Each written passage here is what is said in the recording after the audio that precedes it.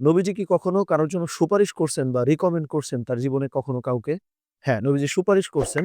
মুগিস রাদিয়াল্লাহু তাআলা আনহুর জন্য নবীজি সুপারিশ করছেন তার জীবনে এবং এইটা গৃহীতও হয় নাই। এই ঘটনা কিন্তু আছে।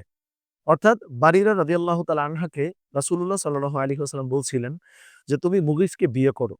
অর্থাৎ মুগিস রাদিয়াল্লাহু তাআলা আনহুর জন্য নবীজি হচ্ছে বারিরা রাদিয়াল্লাহু তাআলা আনহাকে বলছিলেন। তার মানে মুগিসের পক্ষে নবীজি কিন্তু সুপারিশ করলেন বা রিকমেন্ড করলেন আরেকজন নারী সাহাবীকে। কিন্তু ওই নারী সাহাবী রাসূল সাল্লাল্লাহু আলাইহি ওয়াসাল্লামের এই প্রস্তাব কিন্তু আ একরকম রিজেক্ট করেছেন বা প্রত্যাখ্যান করেছেন। তিনি মুগিস রাদিয়াল্লাহু তাআলা আনহুকে কিন্তু বিয়ে করেন নাই।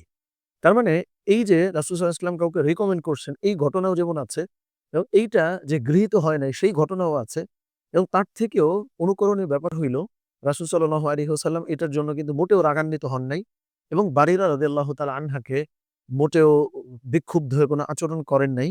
বরং তিনি ওই নারীর যেই প্রত্যাখ্যান করা সেটাকে কিন্তু সম্মানের সঙ্গে দেখেছেন।